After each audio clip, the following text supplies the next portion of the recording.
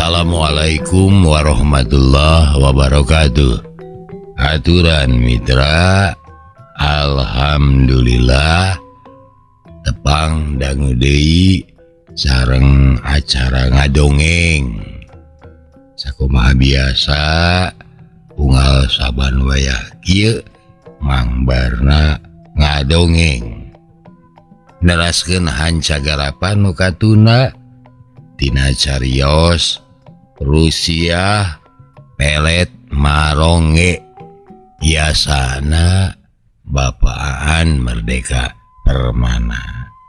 Mitra hanca anu katuna waktos dinten kamari teh parantos dugi ka atuh ari geus kitu mah sadaya nyusun daftar saha-saha bae awewe anu boga ilmu pelet teh anu kudu dijorag lain bae para dukun pelet-pelet tapi oge sakur awewe anu geus minang saraya ka dukun pelet alatan hayang melet lalaki.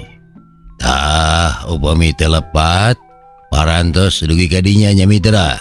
Kumaha terasna mangga urang sami-sami lajengkeun deui wae. Sok kabarayun sadayana. Si Uni heulakeun obrot lah cek ipun. Benar nu kudu diheulakeun mah si Uni sabab geus loba lalaki anu jara di korbanna tah ku si buheukeun teh cek Dul Majid. Malah cekna saja nama nyawae cenah heulakeun padaran si Uni urang teu butuh dipelet ku awewe buheukeun kitu lah lain pedah buheukeun jeung geulisna nepugu mah sakur awewe anu resep melet nya kudu dibasmi ceuk anu sejena deui.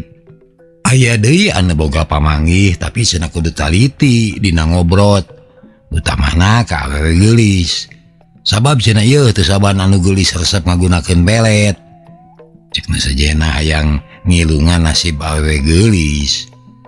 Alah, teu bisa pilih kasih kitu pokona mah rek geulis rek goreng patut. Asal kapanggih geus ngagunakeun ilmu pelet, nya kudu diobrot. Cekna sawarehna deui. Tapi kami mah teu percaya mun sakur awewe geulis pasti tukang pelet teu. Ku anu geulis mah rarasaan kami teh teu kudu dipelet tah pasti daek. Cekna sejen jiga heureuy tapi malah nyiar-nyiar piamakeun keur nu ngadenge. Yah, pokona basmi sakur awewe geulis. Titik. Cekna sejena. Mitra kaum dangu anu ngusulkeun sangkan sakur awewe anu geulis kudu diobrot teh ngaranna Ki Usdi. Nu matak manehna ngusulkeun kitu teh kusabab Ki Usdi remen ditampik ku awewe geulis. Ayeuna aya jalan komo meuntas.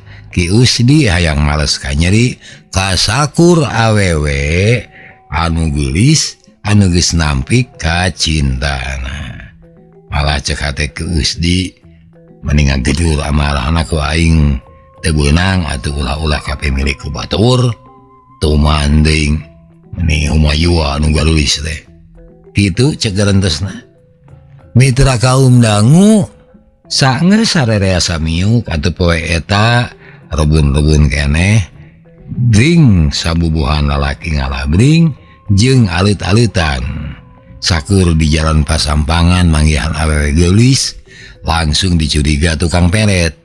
Masih kalau dipegat-pegat kekepehan teu rumasa boga ilmu pelet tapi para lalaki teu leungit ka keuheul. Eta awewe teh ditongtak digusur kituna teh bari digarbugan. Gue loba awewe anu tulung-tulungan bari lumpat ka sisi cai sabab dibeberik ku sabubuhan lalaki. Basa anyug ka sisi cai teu anta parah buuk eta awewe teh digunyeng. Geus kitu beungeutna dibabukan tepi ka barengat. Lolop-lolopkeun cenah euy kaulungan. Lolop-lolopkeun euy. Cek jalma teh ting gorowok. Atuh eta awewe nu ngagoler ku sabab kapiuhan teh pada ngagarotong.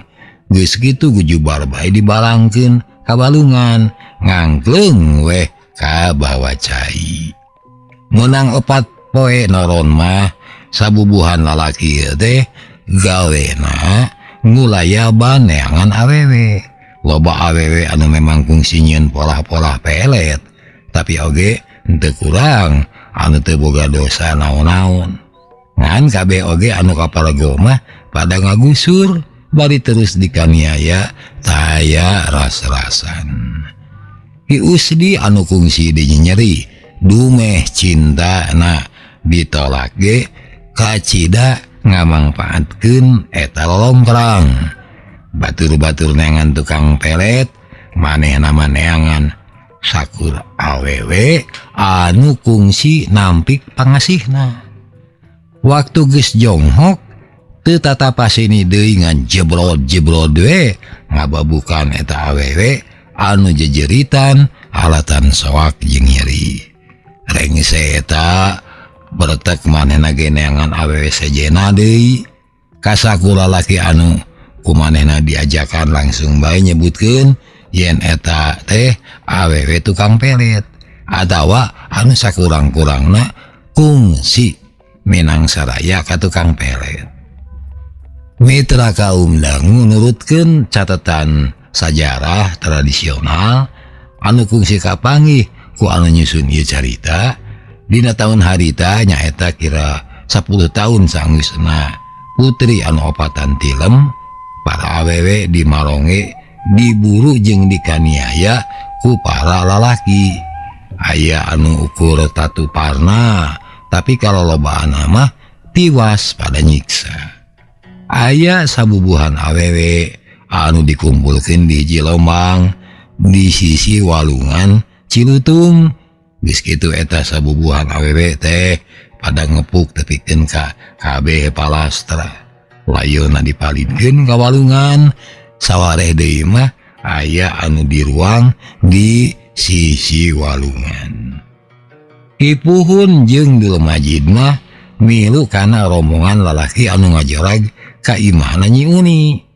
Di dieu nasib Nyi Uni teh dipungkasna. Manehna pada nyahcer di pakarangan imahna nu pangsumangetna males ka nyeri teh nya Kipuhun jeung Dul Majid. Nyi Uni akhirna tiwas tur layona dibalangkeun ka walungan. Rengse merena Nyi Uni sabubuhan lalaki teh bagerak deui. Ayeuna mah rek buru padepokan kalihan asih. Di eta padepokan sarerea keur karumpul. Nomata kitu teh sabab rek aya kagiatan narima murid anyar. Ari salah sahijina teh Nyi Piah nyaeta pamajikan Kipuhun. Sakumna murid anyar ditarek heula ku Nyi Jamanis. Naon cenah perluna make rek guru ilmu ka padepokanana?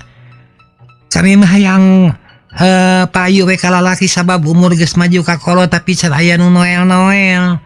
Nyaan sumpah can aya nu noel-noel acan ka kami mah.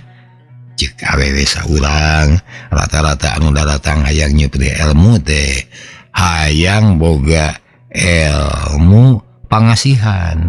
Pelet teh katalana basa Nyi Piah kabeneran ditarik jawabna rada beda.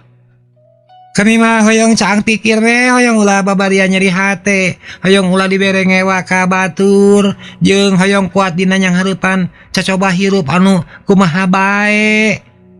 Ceuk Nyi Piah mah ngadenge nu jadi tujuan Nyi Piah atau Nyi Jamanis ungut-ungutan tanda panuju. Saestuna eta pisan anu kudu dipiara ku urang teh. Bae Nyai hiap ka dieu. Ku kami sia eudek diparencahan. Sangkan hasil anu dipimaksud ku Nyai. Sok kainya kosongkeun pikiran kosong ka hate-hatena. Sabab ku jalan kitu kacecep jeung kasedih bakal sirna. Engke urang eusian ku jiwa anu pinuh ka asih. Ceuk Nyi Jamanis. Ngan bae sameme upacara narima murid kalaksanakeun. Ti jauhna lapat-lapat ngalit sabubuhan lalaki.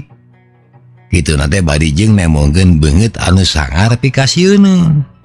Geus puguh ari datangna bari marakal rupa-rupa pakarang mah. Aya naon aranjeun abring-abring datang ka dieu aya naon? Cek salah saurang murid di eta padepokan. Ngan bae nu ditanya teu nemalan ku omong, tapi ku ngababukeun popongkol kana punduk eta murid awewe. Atuh ari geus kitu mah saban awewe nu aya di eta tempat ting koceak ting darengek. Keur mah deui ampir kabeh lalaki pada ngajorag ka sakumpulan awewe. Mitra kaum dangu, kabeh awewe anu aya di dinya diamuku sabubuhan lalaki bari teu panjang mikir jeung teu loba carita. Anu lumpati beberik anu labuh dileyak. Kipuhun anu keur ngamuk ngadadak leuwas jeung pias. Basa mangihan aya Nyi Piah nyatana pamajikan manehna pisan. Piah, geuning eta mah sia, ha? Piah, nah aku naon sia beut aya di dieu? Lamun masih kene bogoh ka aing, sia henteu kudu ngagunakeun ilmu pelet. Da aing ge bogoh kene ka sia teh bogoh kene. Ceuk Kipuhun bari nyuruntul ngadeuketan pamajikanana. Kipuhun rek ngadeuketan Nyi Piah. Ngan bae samemeh manehna tepi geus dipiheulaan ku anu sejen. Ngan bedana ari Kipuhun mah rek nyambat nu jadi pamajikan, sabalikna nu sejen mah rek narajang awak Nyi Piah pikeun dianiaya. Ulah kitu, eta mah pamajikan aing lho, pamajikan aing eta mah. Ceuk Kipuhun gaworowokan. Ngan bae anu keur ngaraponan Nyi Piah bangun anu teu hayang ngadenge, atuh balukarna awak Nyi Piah beak padanya cer tepi ka barijilan getih ti sakujur awakna. Piah. Kipuhun gogorowokan nyamat nu jadi pamajikanana. Itu nate bari ngamangkeun bedog dipake nyacer anu keur ngajorag ka Nyi Piah. Atuh kaayaan teh tambah kacau. Bisa gigireun ting jareritna sora awewe oge kadenge ting garwakna sora lalaki anu dicahcer ku bedog Kipuhun. Kipuhun ngamuk, cenah Kipuhun ngamuk. Kipuhun jadi gelo, Kipuhun jadi gelo, oi awas bahaya. Jalma deh tinggorowo. Sabab mitra kaum dangu Kipuhun nguwak ngawik bedog ka kenca jeung ka katuhu. Mireungeuh Kipuhun amuk-amukan. Atuh ayeuna giliran sabubuhan jalma anu malik narajang. Balukarna Kipuhun dikepung wakul buaya mangap tur pada ngarempug gusararea. Malah ku sabab anu ngepungna maka rupa-rupa pakarang. Atuh pamustungan anak Kipuhun ti yurah roh bari goyang getih. Awakna ngaringkuk patunjang-tunjang jeung Nyi Piah pamajikanana. Poe eta pangeusi padepokan kalihan asih. Diperenan kabeh jeung taya anu disesakeun. Nyi Jamanis katut para muridna cara goso teh dinanrapkeun ilmu pangasihan dari ditita gelut ngayonan. Sabubuhan lalaki anu samagreng ku pakarang mah nya henteu metu. Layon para pangisi padepokan teh dipalidkeun ka walungan. Nu sarua melu dipalidkeun teh oge layon Kipuhun kadua pamajikanana. Di harita padepokan kalihan asih bubar katawuran sabab geus eueuh anu neruskeun deui. Mitra kaum dangu eta kajadian saminggu ka tukang teh ngunguh matak ngajenghok keur aki rantet mah henteu nyangka sacengup buuk. Kaum lalaki urang desa kalihan asih sakitu kejemna ka kaum awewe. Kunaon aranjeun nyanyi kejem ka bina-bina. Nah eueuh deui cara dina nyieun tinakan salian ti ku cara kitu teh. Cek aki rantet jadi amek. Ilmu setan mah kudu dibasmi. Sabab geus bukti mawa sangsara ka papada jalma. Cek tua kampung Arjali. Meureun ilmuna anu kudu dibasmi teh lain jalma na. Cek Aki rantet deui ngan ayeuna mah nu namalang nemalan teh Isamiah pamajikanana Ki Arjali. Geus Aki mantong ngabelaan anu geus puguh-puguh salah. Jeung barina oge nah Aki teh make pipilueun da ieu mah lain urusan Aki lain. Aki mah lain urang dieu. Teu kudu pipilueun kana urusan batur. Ceuk Nyi Samiah bari nulak canggeng. Ish, lebih yakin itu. Sebab ieu mah urusanna kamanusiaan. Nu ganggu kana rasa kamanusiaan kudu digugat. Anjing kabeh ulah sombong ngarasa diri suci, tapi dina polahna leuwih jahat. Batan jahat. Ceuk Aki rantet malikna Malang. Aduh adi geus kitu mah nu araya teh geus mimiti nyarakal hulu. Badaug sabab aya galagat teh hade anu ditemongkeun ku Aki rantet. Ari Aki naon maksudna cacarita kitu? Pokona kabeh awewe jahat ku kami geus diberantas. Sok ayeuna edeuk naon? Ceuk Ki Arjali neuteup seukeut ka Aki rantet. Malah nu sejen geus nyieun buleudan ngepung Aki rantet. Kalakuan aranjeun anu ngarempak hukum balik dilaporkeun ka pangawasan nu aya di Kapatihan Kadipaten. Aranjeun kabeh kudu urusan jeung nu wajib. Cek Aki rantet ngancam-ngancam. Ngadenge ucapan Aki rantet kitu nu araya lain sieun, tapi kalah ka saliserian. Malah kami geus miheulaan lapor ka Kadipaten. Urang Kadipaten mah malah bungaheun jeung panuju tukang pelet edeuk diberantas. Ceuk salah saurang. Atuh gar nu aya saliserian deui. Lamun kitu, kapaksa kami anu rek nyieun tindakan sorangan. Ceuk Aki rantet bari nulak canggeng. Olo. Eta agi-agi 7 mulut.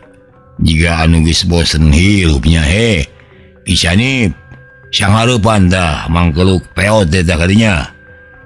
Ceuk Ki Arjali nita ka Aki-aki anu katelana Ki Sanip.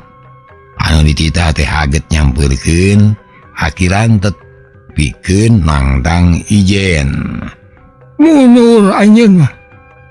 Lain babad lain janjing ngalawan kami mah mundur. Mundur bisi modar mundur.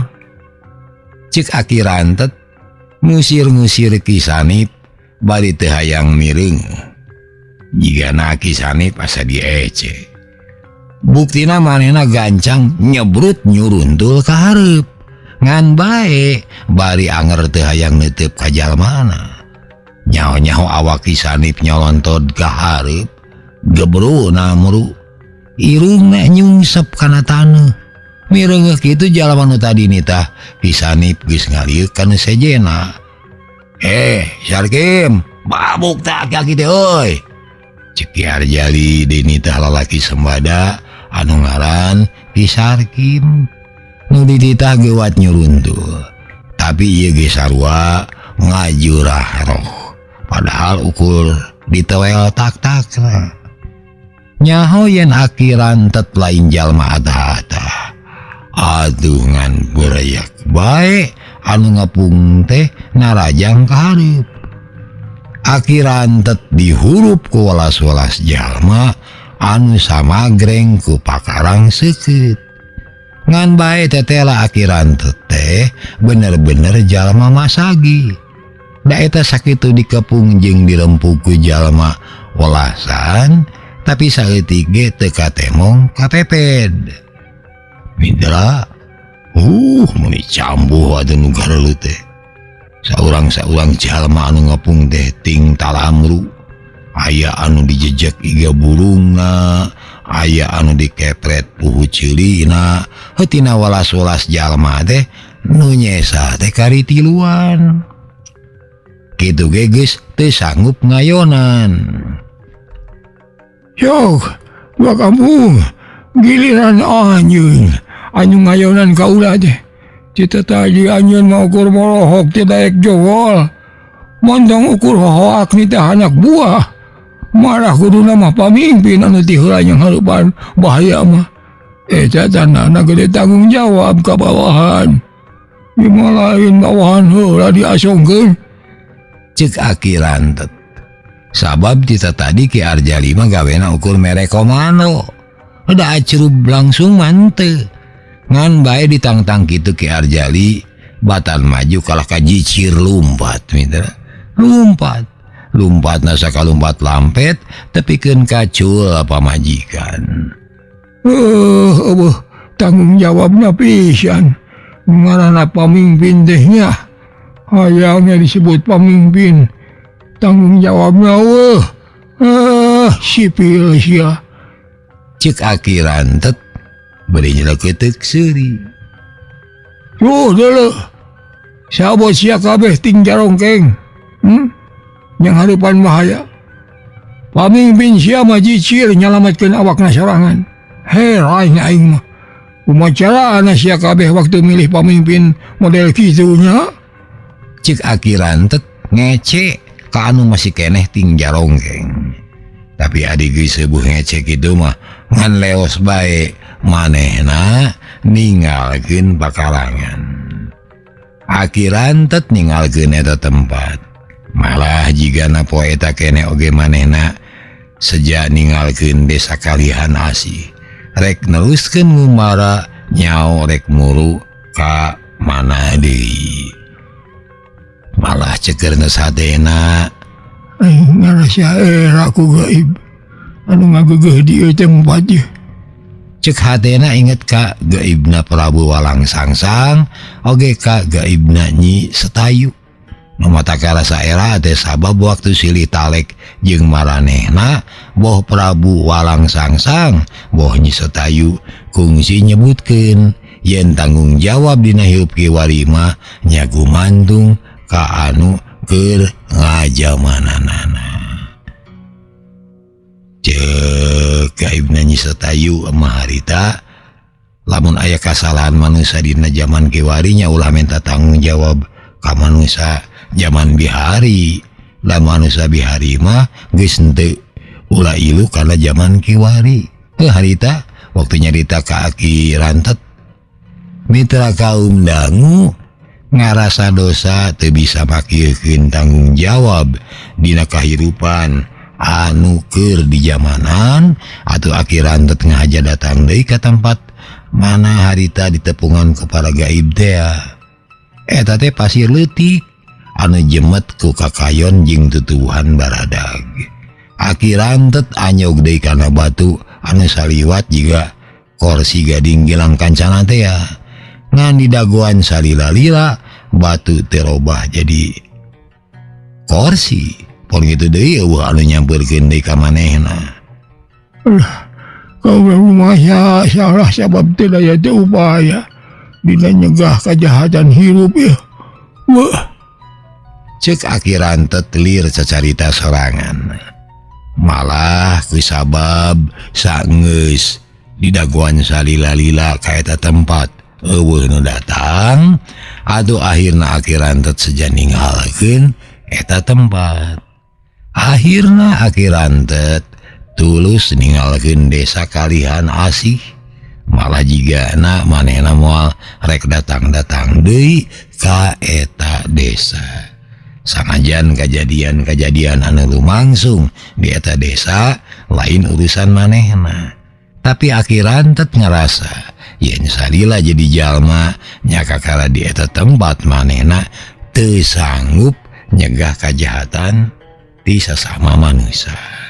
Sebenarnya memang loba pisan kejadian juga di Kalihan Asih teh. Nyata sok aya jalma nu ngaku pajuang aya ngabasmi kajahatan tapi dina prak-prakan nyegah kajahatan teh ku cara nu jahat deui. Cek Aki Rantet nyarita dina hatena. Tapi ka dieu riwayat Aki Rantet teu kacaturkeun deui mitra. Ari zaman mah terus ngageureuyung ninggalkeun anu lawas jeung nyampeurkeun anu anyar kalawan euyeub ku rupa-rupa kajadian penting. Alhamdulillah zaman beki maju ke hareup ninggalkeun heubeul nyamperkeun anyar teu karasa ratusan tahun geus kalarung. Zaman opat putri Jarago pelet geus kaliwat da eta mah kajadianana tahun 1500-an. Hari ayeuna anu rek dicaritakeun teh mitra nyaeta dina tahun 1700-an. Dina zaman harita eta wewengkon geus kadatangan ku company atau VOC. Tepikeun kadenget harita eta tempat anu kerja di bukur catur ieu carita teh masih kene acan disebut eta desa teh masih kene disebut Desa Kalihan Asih. Basa akirantet nganyang ka eta lemur manehna ngalani eta desa jadi Desa Panawa anu hartina puseurna pelet. Kusabab kitu jalma dina zaman company aya nu nyebut kene Desa Kalihan Asih tapi oge aya anu sok nyebut Desa Panawa.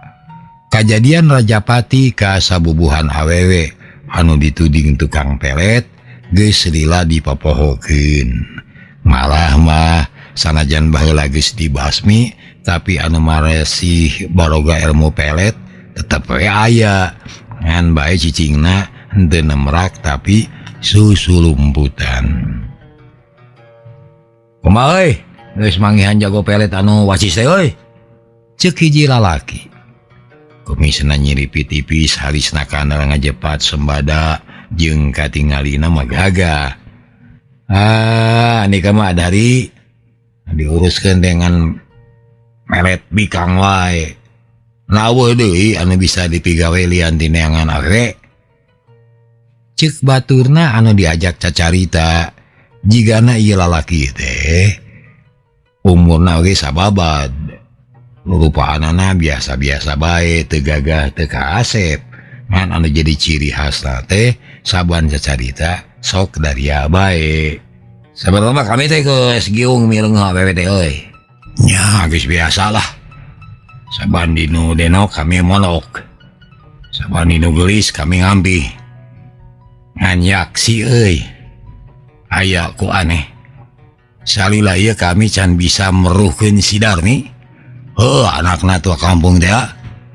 Ceuk Ki Adhari nyarita ka baturna anu kanyawan ngaranna teh Ki Yaksi. Nya teu dani kamu menteng sarakah kitu. Sakur awewe nu aya di Desa Kalihan Asih ku Andika teu boleh dikoromeo. Teu ingetna keur boga salaki sakomorana.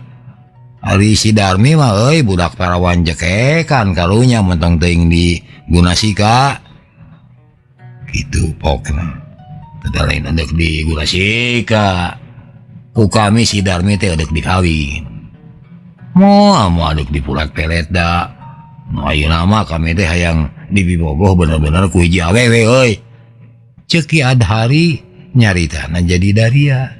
Har. Lain nu geus mah awewe teh sok balagoheun ka bibinya teh. Ari kitu nama. Kabeh ge kapeng-peongan ku kami mah lah. Kami teh teu saha. Tapi da lain kaluar tina hatena. Lah eta mah walukar kagenam ku pelet. Satadina euy, ka si Darmi mah mung melet. Hayang manehna bener-bener bogoh we ka kami. Tapi heueuh geuning euy, hese pisan. Budak teh cedihan jeung tampikan. Ceuk Ki Adhari diteruskeun ku ngahuleng. Mitra kaum dangu gancangna carita. Ki Yaksi sanajan hate leutikna teu panuju Ki Adhari Pulat Pelet akhirna mah manehna teh ini ti imahna Ki Adhari sejaneangan ahli pelet anu leuwih wacis. Malah ceuk hate Ki Yaksi mah kieu ari nasib jalma leutik mah gawe teh ukur di utah-etah ku salureun we. Ceuk garentosna Yaksi. Mitra kaum dangu Ki Yaksi teh ti leutik sesobatan jeung Ki Adhari. Ti bubudak hirupna sapapait sama manis. Ngan ari geus mangkat dewasa nasibna mah jadi beda. Ki Adhari ku sabab tadina boga bapa lega kebon loba tanah atuh ragu-ragu waris ka manehna. Ari Kiaksi mah tadina anak jalma biasa, bapana teh pangebona bapana Ki Adhari. Atuh sanajan si Adhari kekeh ngaku sobat ge tetep sebenarnya mah aing teh anapun manehna sapopoe ge gawe tengan diutuh eta keur minta bantu kepentingan manehna we. Nasib cek pikir Kiaksi. Mitra kaum dangu sabot keur ngingki gelembang bari pinuku lamunan di tengah jalan Kiaksi pasarana jeung hiji jajaka dadeg sampe rupa hade. Ku Kiaksi eta jajaka teh dipegat rek ditanya, jalu mun eureun heula sageudeung lah. Cik Kiaksi atuh nu dipegat teh ngaranna Gila. Aya pikir saeun naon Amang? Cik eta jajaka tumanya. Ari Ujang nya saha kakasih teh? Kami mah ngaran teh Senawa. Teh mah jajaka anu tetela ngaranna teh Senawa. Loh. Halus eta ngaranna urang mana Ari Ujang? Hanya urang dieu we, urang desa Kalihan Asih. Tetela beuki lega bae desa Kalihan Asih teh nya. Amang ge meuni teu apal ka sakabeh panggeusina teh. Ceuk Kiaksi gogodeg. Nya padumukna beuki loba bae saprakna kumpeni kumaha di dieu teh mang. Ceuk Senawa saprak loba lahan kebon jeung tanah di kawasa ku kumpeni maranehna loba ngakut jalma ti luar jang ngurus kebon-kebon boga maranehna. Loba pagawe didatangkeun ti pakaleran malah mah urang wetan ge loba. Matak teu aneh mun Amang bariekeun teu warawuh. Ceuk Senawa siripis. Ari Amang nya saha tuh? Jeung eudeuh ka mana wae kieu geus ngulayaban sampalan. Giliran Senawa anu tetelepek. Samemeh nemalan Kiaksi rumenghap heula jiga anu bingung. Karena Amang mah Yaksi sobatna Ki Adhari. Bapak Amang pituin orang dieu. Pon gitu deh bapana Ki Adhari. Ngan jadi beda. Nah Bapak Amang mah ukur pagawe biasa malah teu kuli-kuli acan. Sabalikna di bapana Ki Adhari mah juga lah lega tanah, lega kebon. Ceuk Kiaksi ujug-ujug ngadadarkeun nasibna ka Senawa teh atuh ku Senawa di Bandungan we. Loh, tuan tanahnya ari sobat Amang mah nasaha ngaranna da sakur tuan tanah mah kudu kajojo atuh. Cek Senawa jadi penasaran. Ari sobat kami mah harana teh Ki Adhari menjadi bapana katalana Ki Rujai mungguh tuan tanah anu kacida berat beungharna. Walon Kiaksi jadi jiga anu milu reus. Ngan ngadenge penjelasan Kiaksi si jajaka anu ngaran Senawa mah kalah ka melengos. Atuh kacirieun ku Kiaksi anah nikah jiga anu ngewa make ngabalieur segala rupa. Ceuk Kiaksi teu penasaran. Moal di dinding kelir memang kami mah teresep kata jalma teh. Ceuk Senawa balaka munggu heran keur Kiaksi. Nah make teresep paneta teh jalma jegud. Ceuk Kiaksi masih neuteub heran ka si jajaka. Nah naon alasanana dume manehna jalma jegud kami kudu resep. Ngomong sanaya jadi siga anu ngangkerang. Dengekeun budak ora. Dina mangsa-mangsa weurit kieu jalma jegud teh kacida diperlukeunana. Sabab bisa dipake arep-arepkeun jang nang dayungan anu masakat. Coba deuk ti mana kami bisa dahar jeung bisa mertahankeun hirup lamun eueuh jalma juga lah model Ki Rujai. Ceuk Kiaksi mani jiga bebeakan melaan dununganana. Padahal tadi mah ngangluh dumeh hirupna ukur semet jadi tukang buburu. Hanya akal jajaka Senawa henteu kapangaruhan ku pamanggih Kiaksi. talung-talungnya gitu yang jalma jegur bisa nang tayungan hirupna jalma masyarakat. Lamun kajadianna malah sebalikna pisan kumaha? Lamun di dinya aya anu medah-meduh hirupna jeung aya anu kekerehet hesenya tuh eta tandaning can aya keadilan. Tang tuh anu teu mere keadilan teh jalma jegud ka jalma miskin. Ceuk Senawa pertengdang. Ditemalan sarupa kitu atuh Ki Aksi teh jadi sewot. Bet jiga manehna pisan anu keur digereneng ku Jajaka Senawa teh. Nah, ini kamu kayak ngarasain jalma jegut bisa mereka kehidupan ka anu miskin.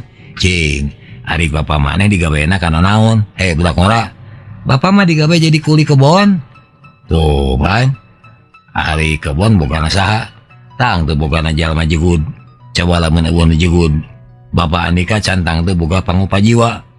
Ceuk Ki Aksi asa unggul. Ngan bae hari Senawa mah tetep masih keneh boga pamangi. Ta eta sok disalahartikeun kitu. Seolah-olah jalma miskin teh nurut hirup ka jalma beunghar. Padahal kanyataanna anu sabenerna nya jalma beunghar atuh anu nurut hirup ka anu miskin. Ngaco Andika mah. Kumaha bisana jalma miskin bisa dipake nurut hirup ke jalma jegut.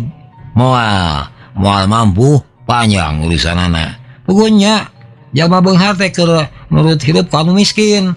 Ka para kuli kudu meh kabeneran boga tanah lega, boga kebon lega. Jalma beunghar sok boga pangrasa mere kahirupan ka anu miskin. Padahal nu saestuna mah manehna anu nurut hirup.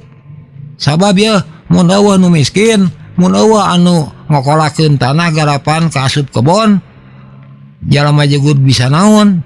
Sakalina macu sagecuruk ge meureun-eureunan. Atawa nya kalah kalipuh lantaran cangkengna kabeunangan. Ta anu ngalantarankeun kebon ngahasilkeun mah nya para kuli, lain ku anu boga tanahna. Jadi lamun mah anu boga kebon hirupna medah-meduh eta teh lain ladang tanaga manehna lain, tapi ladang tanaga kuli. Cing cobaan boga tanah upuk kaplak eueuh kuli.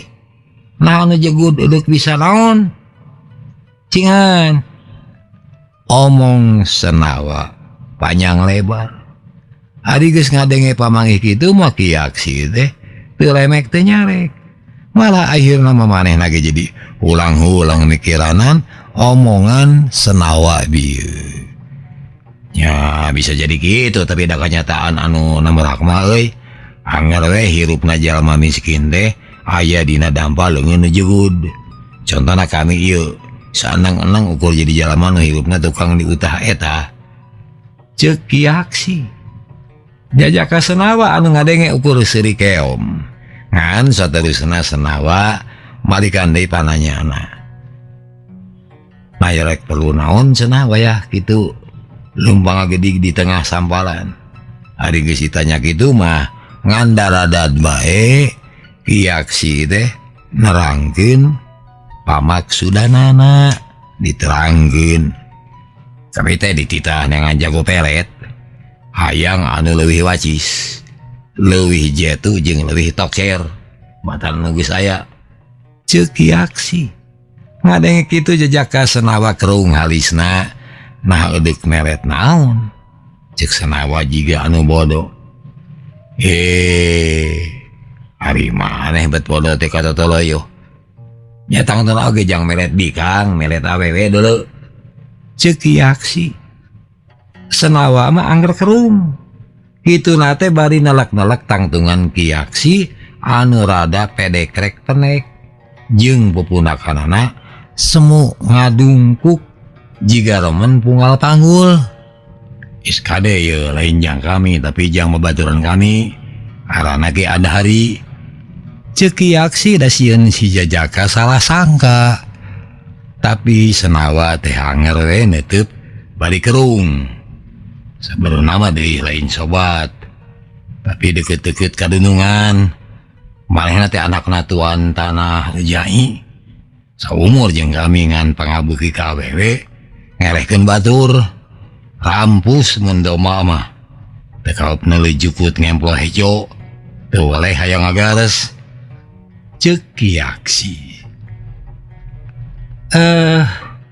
perbawa harta eta mah nudunya geus kaluwihan masuk terus sebuah ku masalah naon wae nu geus laga kebon hayang tamah kebon nu geus boga pamajikan hayang tamah awewe cek senawa manggeus mantang loba ngomentaran pola batur ayeuna mah tuduhkeun bae sugan di palebah dieu aya tukang nengnong sugan gitu cager haram itu hanya ka bejeng nengnong dugi ka dieu heula insyaallah enjing diteraskeun deui hapunten samudaya kelepatan nuhun kana perhatosanana billahi taufiq wal hidayah wassalamualaikum warahmatullahi wabarakatuh. Ciao.